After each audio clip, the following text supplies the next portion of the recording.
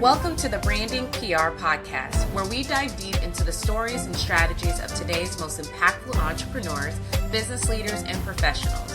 Whether you're building your brand, scaling your business, or just looking for inspiration, you're in the right place.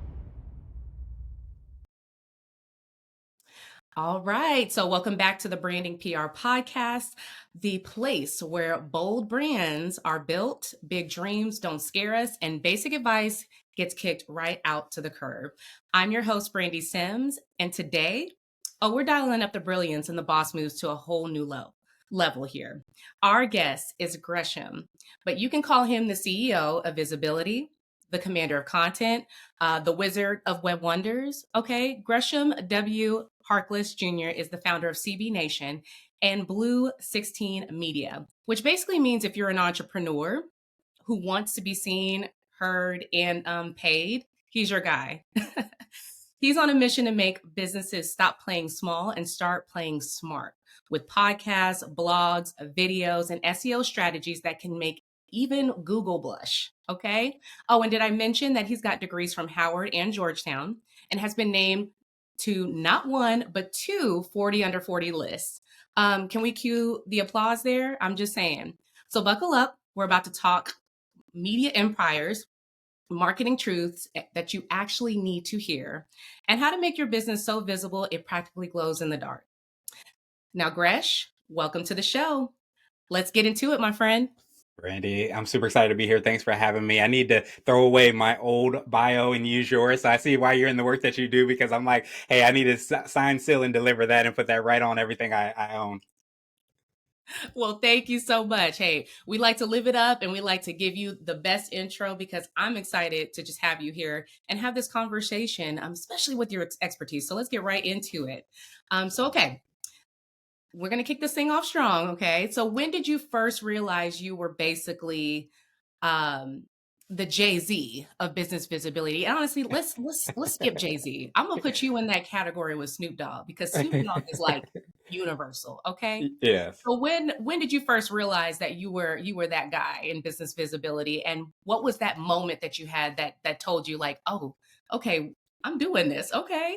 Yeah, you know what's so funny about that is I don't know that it ever really stuck with me until I realized something I had done prior to. So I say a lot of times I'm really big in everybody being their own media company, using content information to be able to get your name out there as much as you can to get your brand out there so that people know about who you are, what you stand for, what your promise ultimately is. And it's so funny, like when I was at Howard, I was trying to figure out what I wanted to be when I grew up. I came in as an undecided major, not sure what I want to do, how I want to do it. And so, all the questions that you have going into college.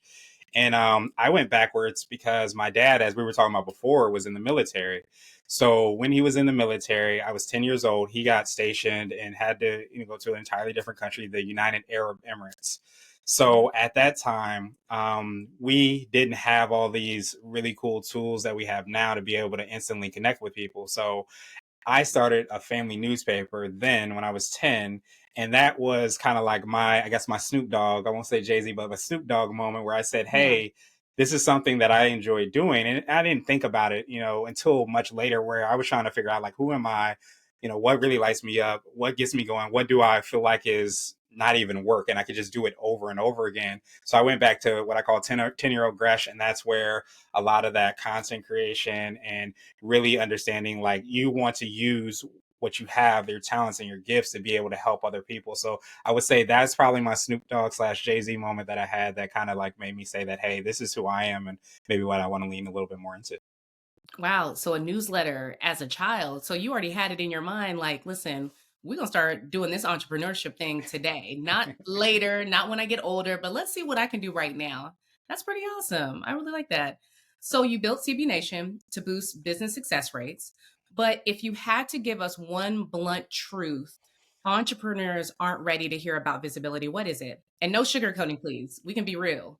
Yeah, absolutely. It doesn't happen overnight. That you can say the same thing for like running a business. I think we all fall in love with the thing that we're doing. It's the product or service, like it's the next best thing since sliced bread. It's gonna, change the world. It's gonna change your world.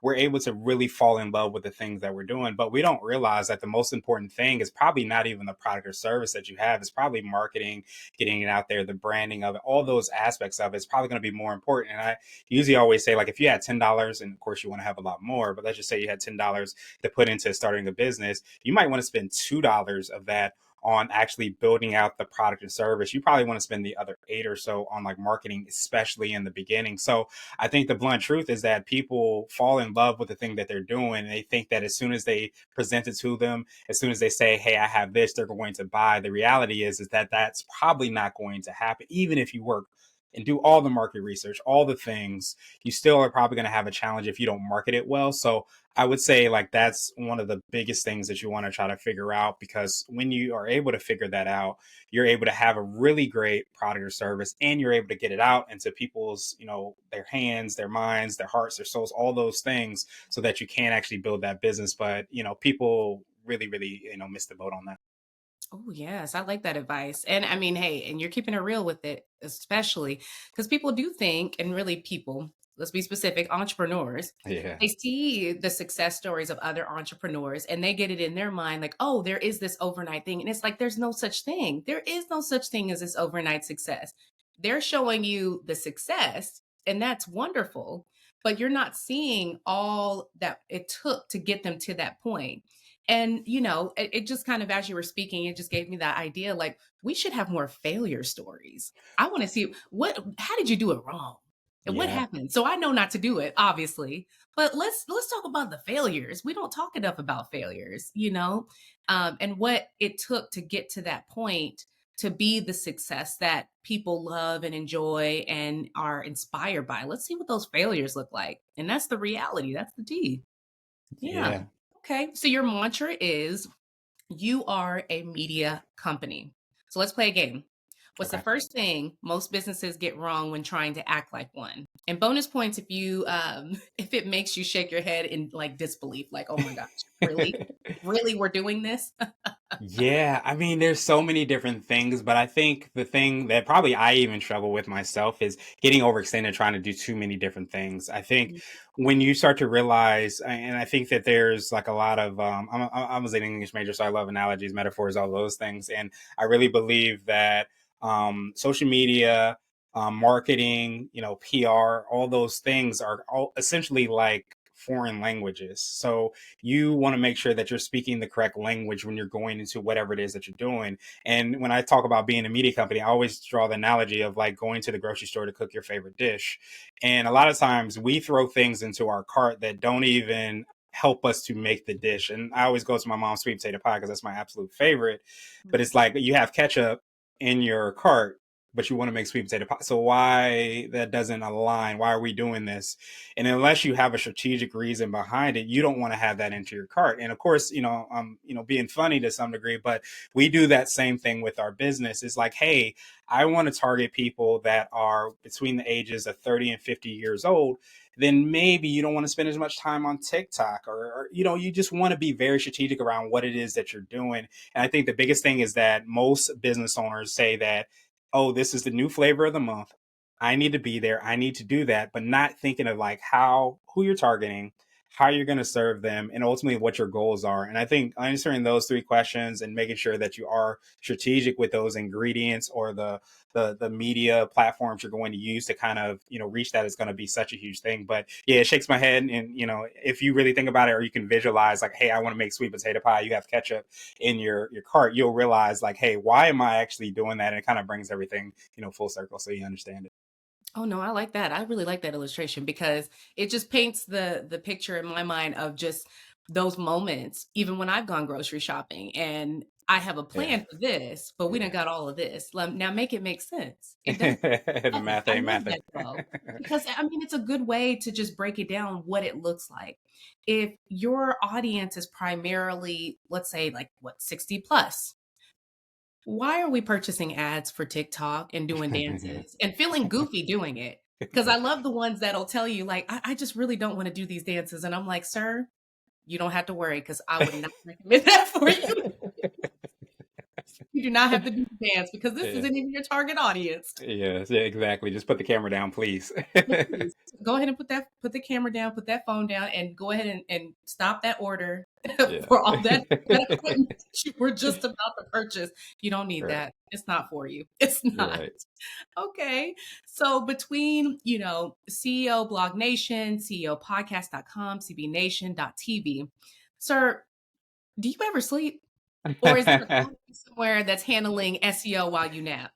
Hey, well, teamwork makes the dream work, as I like to say. So I do have a team that helps out a tremendous amount, but I've always considered myself to be fairly ambitious. So I always try to bite off more than I can chew at times, just to try to get those things happen. But I always think from, one of the big things we see around, social media, but we kind of can see it everywhere. We can see it really if we look at anything from movies on to content and everywhere beyond, and even business ideas, is this idea of repurposing, where you're able to you do something once and have it repurposed in many different ways. So we see that from, social media standpoint. You take a podcast that you're on, you're able to splice it up. It becomes a blog post, it becomes a LinkedIn post, it becomes a TikTok dance. If that's your target audience, you can, be there.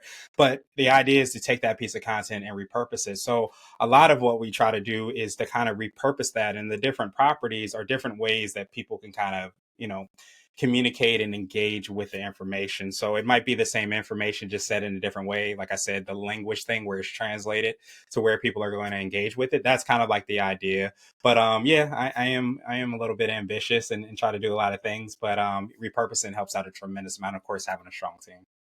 Oh, yes, very good. Well, hey, the team is such an important piece of this that is not talked about enough. Um, I think I was telling somebody the other day, like they were talking about, I think it was the Cowboy Carter tour coming out, Uh-huh. and talking Uh-huh. about Beyonce, like, oh my gosh, she's just amazing. She does all this, and she just a one woman show. And I was like, stop right there.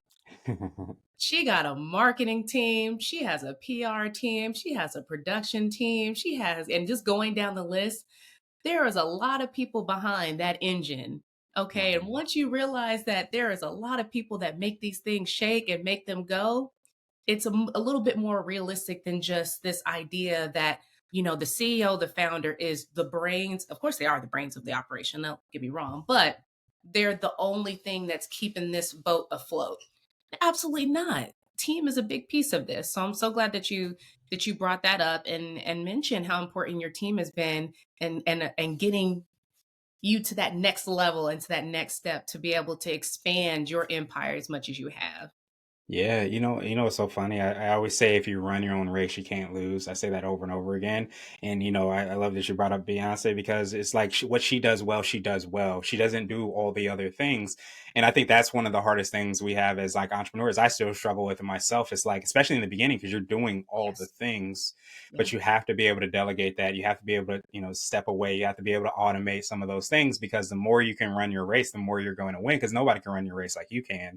But if Mhm. we don't, if we're running somebody else's race, then we're not going to show up as our best self. We're not going to make the impact. We're not going to make the sales.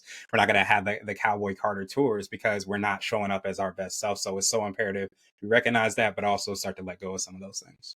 There you go. Part of leadership, delegation. That's the Yes. major hack right there. Okay. Hmm. So you've helped businesses go from invisible to irresistible. Do you have a favorite client glow up story that just makes you just do a happy dance in your office chair? Any of them that come to mind? Yeah, we actually have a pretty big plumbing company out of Ohio. It's probably one of my favorite clients, because I usually always say, like, we try to work with people that know enough to be dangerous and have more than likely had a bad experience with digital marketing in the past. And I think a lot of times when you talk around digital marketing, it often gets clumped together. Like, I see them all as ingredients. Social media is not going to be the same as pay-per-click advertising, or PR is not going to be the same as building a website. So all those things play a part, and they're all in tandem. But often, the average business owner, I will say, may not have the awareness around like all those different aspects. And frankly, that's why you delegate. That's why you bring on an agency or a team, so you don't have to worry about those things. Yeah. But often, one of my favorite clients is been a plumbing contractor that we've worked with for probably, I want to say, 5 to 7 years or so, doing SEO projects. And SEO is very expansive. So it includes basically to some degree everything you do online. It's one of my favorite, not because we started with her, but because we didn't start with her and she had a bad experience. And one of the big things around SEO, and if you don't know, SEO stands for search engine optimization. So it's basically when you Google something, something pops up, you can optimize your website so that it does that. So one of the things the previous company had done is they basically copy and pasted like a bunch of different, pages of our content, and they just changed like the city and the state. And these are like SEO no nos, and this is SEO no nos like 5 years ago. It's like I won't curse, but it's to do Yeah. that today. Yeah. So with that being said, we were able to kind of like recognize like some of the gaps, some of the opportunities, and this has been a client that we worked with, year over year. It's had tremendous growth in terms of being able to get calls and opportunities, but also just having her trust, because when you've been burned in the past, you usually don't want to have anything to do with anybody. And I Yeah. think the strongest testament is us continuing to be able to work with her. Even things that we don't do, she's asking for advice. So I think being able to build that relationship has been one of my biggest things. But of course, it's always hard to do because if you feel burned, you don't want to work with anybody else. But being able to kind of build that trust and develop that relationship has been probably the thing that makes me want to do my biggest happy days. Oh, I love that. I love that. Client glow up stories are one of those that it just really touches the heart. And I've got a few of them myself, of just the ones where, man, when we got started, you just had a little bit of this, a little bit Yeah. of that, and then we popped in there and made it something great. And just as it's going on and this relationship continues to grow, more trust, more credibility, more, just an established flow and rapport with them, it just gets better and better each year. It's almost like a I mean, and in some ways it is a relationship. It's a business Yeah. relationship, but it is like a relationship as it grows and you're Yeah. continuing to nurture that. So it's always good to hear from others that just amazing glow up story, and how that still kind of gives you that happy dance. I love it. I Yeah. love that. Okay. So Howard, Georgetown, 2 40 under 40 awards. You're Mhm. clearly allergic to mediocrity. Okay. Obviously. I mean, that's very clear. Okay. But that's Black excellence. Just, There we go. but what's one boring piece of advice you secretly swear by, even though it's not flashy, even though it's not the gift, the gift of gab, it's the really flashy ones. What's something that you swear by, that has actually worked really well for you? And piece of Yeah. Yeah, I mean, I think that is the probably biggest piece of advice, is that most of the people I think that are able to achieve things, are able to do things, are the people that are doing the boring things on a regular basis, and you try to be very consistent with that. And if I could pick my thing, so I had a dog called Star. She passed away, but I called my morning routine my star time because I used to spend time with her, taking her out, doing all those things. So I would say that's probably my boringest thing is my morning routine. I'm very, very, very, very consistent with that. Now I tweak it here and there, but I do have that morning routine. Even if I'm traveling, I'm trying to do those things like reading the Bible, working out, journaling, or doing some type of video, or just something to kind of clear my mind. But those are things that I do on a consistent basis that I think has helped out so much, because as I've tried to put more and more on my plate and doing more and more things, it's required me to lean more into that. It's more of like my safe space, and being able to kind of lean on that. So it's not sexy. I'm not doing anything. I'm not, reading, a million pages. I'm not, doing, ice cold water baths or anything like that. Yeah, ice baths. I'm not doing those things. But I'm always experimenting. So I'm always looking to say like, hey, how can I make this better? How can I, improve this? Or hey, this might be one of my goals, or I'm feeling a little bit off here. So I'm always like recalibrating, I guess might be the best way to say it. But if you go through my morning, you'll say like that's very boring, and it's because it is, because it helps to anchor me and ground me in the beginning of the day.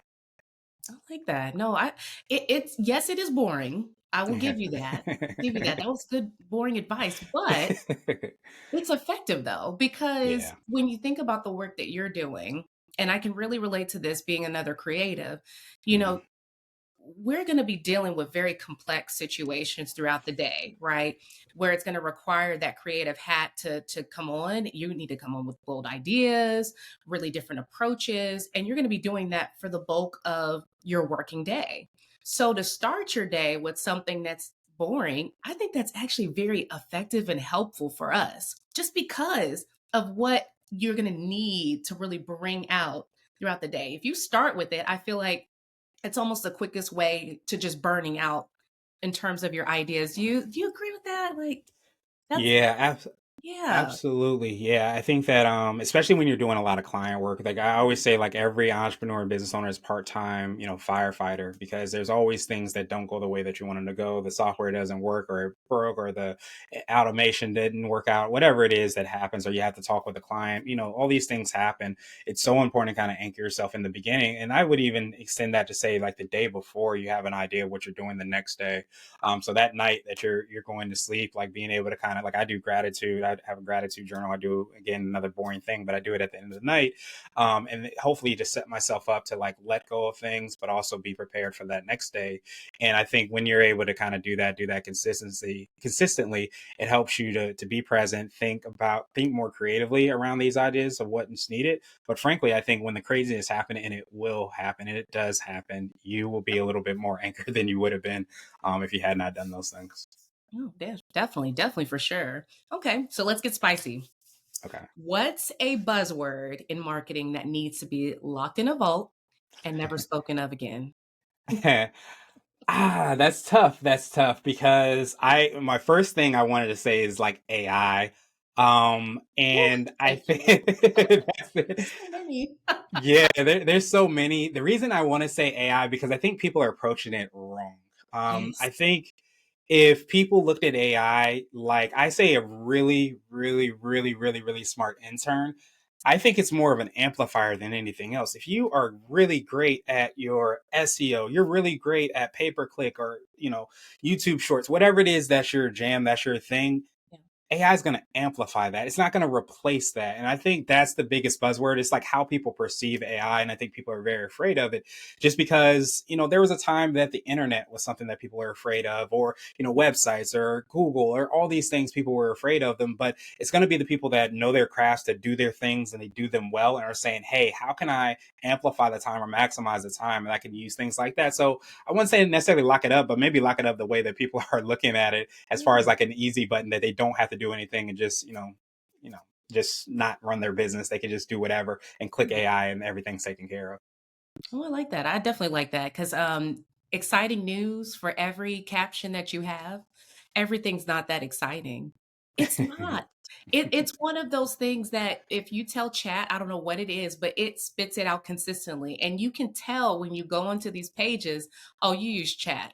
Well, how did Yeah. you know that? Exciting news, colon. Like Right. it's very obvious. There's other words too. I've got to find a list, or I might Yeah. put together a list of, Yeah. listen, these are the Hey. flag terms that will let everybody know. Not only did you not write this, Yeah. but you didn't even tell chat to like tailor it towards your brand or Right. anything. You just said copy paste and off we go.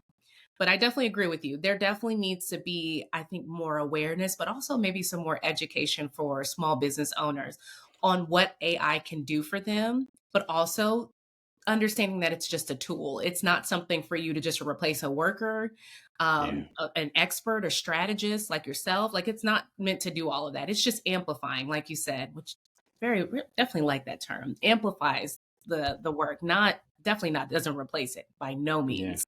Yeah, and Yeah. amplify can be good or bad. So if you're not doing the work, Just it'll love. amplify the bad. That exciting news won't be so exciting if everybody knows it's the exact same thing that everybody else is posting. Yes, yes. It's a complete copy paste for Yes. thousands of profiles. That's not a good look. Not a good Yes. look in business. Absolutely not. Okay. So when you're not sprinkling SEO magic and building digital empires, what's your guilty pleasure that you'd surprise us, that would actually surprise us? And tell me, you Um, did cooking shows or collect like like some pops, Funko Pops. Don't leave me hanging with this one. yeah, I mean, it's probably all family oriented. So, like, I'm watching 90 Day Fiance because the wife loves 90 Day Fiance. So, I'm watching that. The son is, when the older son, he's really big into playing cards and everything too. So, I'm reading everything I can find about playing cards, what they're worth and what they're not worth, all those things. And then we have our little baby. So, I'm pretty much doing everything, all the burps and all the things. So, anything he wants to do and all the goofy sounds, I'm probably doing there. So, that's probably my biggest kind of guilty pleasures that I have right now. But it's all for a good cause, right? Oh, hey, I like that. I like that. Well, and then you've also got to add in, of course, now that you have a little one, Gracie's Corner. Now they have some bops on there. Yes. Gracie's I Corner has just some bops. we just yes. He plays that all the time. He's getting really glued to the TV, so we have to tune it around. But he has his little dance that he does on Gracie's Corner. So yeah, we just stumbled upon that. So yeah, that's his thing. Oh, that is too precious. So precious. I love that so much. Okay. So CB Nation's mission, okay, is to connect entrepreneurs with the right resources. But what's your go-to resource when you need a creative kick? um, that's a great question. A creative kick. Something to get your mind going. We talked about just kind of advice you'd give, like the boring advice, right? Of what really Yeah. kicks off your day. But what's that thing that you do that's like, okay, I need to get creative real fast. Like, what is my thing that's going to stimulate my mind and get me in that frame, You that know, go resource? Yeah, for me, like I really consider myself like an idea person. I consider myself to be like I'm always trying to look at things. I'm always trying to problem solve. So it sounds weird, but I think the thing I go to is to get away from everything. So it's usually that me space or I definitely whiteboard a lot and I'm always kind of writing on whiteboards and things like that to kind of get my mind out there. But I think often like I have no shortage of ideas. Actually, my problem is I probably have too many ideas and I'm trying to like tailor them down and try to like build them together. So I would say like, going for the walk, I try to work out and stuff like that just to kind of take my mind off of the things. That's probably my biggest kind of go-to as far as creativity. But I take in a lot of content. So I listen to a lot of podcasts. I do a lot of podcasts. Listen, read a lot of blogs, things like that. So I take in a lot already. So I feel like because of that, I think a lot of it is like maybe getting away from that, and it's something that I actually had somebody on my show, and it was really powerful. Where I asked them their hack, their productivity efficiency hack, and they said there's nothing because a lot of times we get inundated with so much information and so many answers and so many solutions that often the best thing we need to do is not to have anything, and that clarity ends up being the biggest thing. So that's something that I don't do it enough, but it's something that really helps out a lot. Nice. I like that. Okay. Very cool. Very cool. Okay. So we're going to dream big here. Fast forward 5 years. What's the headline you want to see about Gresham Harkless Jr.? And yes, it can be in the bold font with the fireworks emojis popping off. Yeah. What about the exciting news? Can I add that in the beginning? Yes. Oh, you want Exciting, just exciting? All right. exciting news, Kobe. And I won't do that. Exactly. We just knocked out Yes. exciting news from our Yes. marketing buzzwords. Exactly. Exactly. But no, all jokes aside, I mean, I think I really want to be like known as a media maven that has Mm. developed multiple media properties to help change the world. And I think if that was a headline, that's probably something along those lines. I think everything that I'm going towards is really trying to create as many properties, as much valuable content and information. But it's definitely being that media, mogul or maven, and to be able to kind of put those things together so that I can, reach and touch a lot of people, and at the end of the day, improve their lives. Yeah, yeah. Okay. But of course, with starting with exciting news first. Exciting news. Yes. Exciting news. Media maven. Gresh is Yes. taking over. Right. I like that. I like it. Okay. So before we wrap, drop one mic drop, tattoo worthy, slap in the face piece of advice for entrepreneurs listening who want to step up and show out. Yeah, I really love this quote. And when I first started, I always said it to myself, and I never found out exactly who said it. I found a lot of people that are attributed to it, but it was don't tell me the sky is the limit if there's footprints on the moon. And I think one of the things that really helped me out tremendously when I first started my business was the environment that I was around. I didn't necessarily have the environment that I felt like would help me to be able to grow a business. And the reason I bring up that quote is because you have to be very, very, very, very careful about who you share your dreams, your aspirations, your goals with, the things that you want to really kind of do and accomplish. At that time, I remember when I started, I said, "Hey, I want to start a business," and I heard a lot of people tell me no. This is not your thing. Wait a couple years. You might be able to do it. You can't do it because of this. You can't do it because of that. And the reason I really stuck with that quote is because there's so many times and there's so many people that will tell you no, that that's not possible. There's very few people that will tell you that it is possible. So just look around. The things that we're using now, the things you're probably listening to this awesome podcast on, never existed before. And somebody had an idea, they put it to action, they saw that there was opportunity to do that, and they were able to make that happen. So whatever that dream, goal, and aspiration you have, I would definitely say lean into that. Now, I would say try to do it as intelligently as you can, as strategically as you can. You don't have to spend the $100,000 when you can spend 10 to test it out. Just continue to kind of iterate, get something out there, get the market feedback, but know that you can, ultimately do whatever it is that you're hoping to do. Just, you just have to have the ambition, you have to have the resilience, but at the same time, you have to have the naivete to some degree to just say, hey, I can do this because there are ultimately footprints on the moon. So yeah, that's what I would probably leave people with, because there's not enough people saying, hey, you can do it. So I want to be that person that can do that. Oh, well, I mean, well, you certainly were that today. So definitely thank you so much for sharing all of your wisdom and insight. This is amazing, and I Thank you. say that with all my guests. I know I need to find a new word, maybe another buzzword. But I feel like I've had an amazing, amazing pleasure to be able to speak with people like you that have gone through this journey and gone through this experience and found ways to not only be innovative, but also to inspire folks, because there are those people that are in that similar spot that you were in that heard no, like, it's not for you. I mean, that's not really, why don't you go do this? And that could have easily, you could have taken that and just, you know what, maybe I shouldn't. Maybe I'll just do something easy, and not to say 9 to 5s aren't easy. They've had their moments, Yeah. but maybe I'll do something safe, I guess is a better word. And we wouldn't see the empire that you've grown and are continuing to build moving forward. So that's definitely some amazing advice. We need more of that. So I'm glad that you were able to come and share everything that you've shared with me today. Thank you. I appreciate you, Brandy. Yes, yes. All right. So before we wrap, I know that was my last question for you, but I always want to get people connected with you. So how can they get in touch? How can they follow what you have going on and get plugged in? Yeah, absolutely. So I definitely have a few irons in the fire, but to make it a little bit easier, I have a site, iamgresh.com, that has links to the podcast, blog, CEO hacks, all the different things that we're ultimately kind of working on. So if you go there, it'll kind of take you to Blue 16 Media's I Am CEO podcast, just all those different places. So just go to iamgresh.com and it will be there. That's IAMGRESH.com. All right. Awesome. Awesome. Well, thank you again so much for being here, Gresh. And let's definitely stay in touch. Please do. Let's stay in touch. Absolutely. And we'll definitely see what more buzzwords we're going to add on by the time we connect again. Absolutely. Sounds like a plan. Awesome. Awesome. Glad to hear it.